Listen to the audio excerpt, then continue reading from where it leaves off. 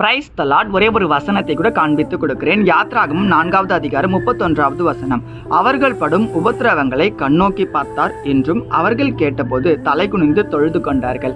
இந்த இஸ்ரவேல் ஜனங்கள் பார்த்தீங்கன்னா அவங்க படுற உபத்திரவங்கள் எல்லாத்தையுமே ஆண்டவர் கண்ணோக்கி பார்த்தாரமா.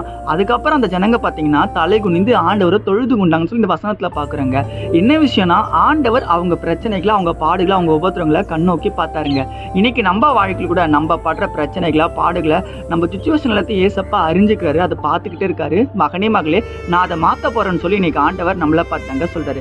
நம்ம என்ன பண்ணோம்னு பார்த்தீங்கன்னா அன்னைக்கு இஸ்ரவேல் ஜனங்கள் தொழுது கொண்டார்கள் சொல்லப்பட்டிருக்கு. அதாவது ஏசப்பாவை ஏற்றுக்கொண்டு அவருக்கே நீ முழு ஆராதனையை செலுத்துற ஒரு பிள்ளையா அவங்க மாறினாங்க. அதாவது நம்ம வாழ்க்கையை ஆண்டவருக்கு ஒப்பு கொடுக்குற ஒரு பிள்ளையா நம்ம இன்னைக்கு மாறணும்னு சொல்லி இன்னைக்கு ஆண்டவர் நம்மள பார்த்தாங்க சொல்றாரு. உங்க வாழ்க்கையை நீங்க ஏசப்பாக்கு ஒப்பு கொடுக்கும்போது உங்க பிரச்சனையை இன்னைக்கு ஆண்டவர் மாத்துவாருங்க. இஸ்ரவேல் ஜனங்களை எகிப்துல இருந்து கானானுக்கு கொண்டு வரதுக்கு மோசே அனுப்புனது போல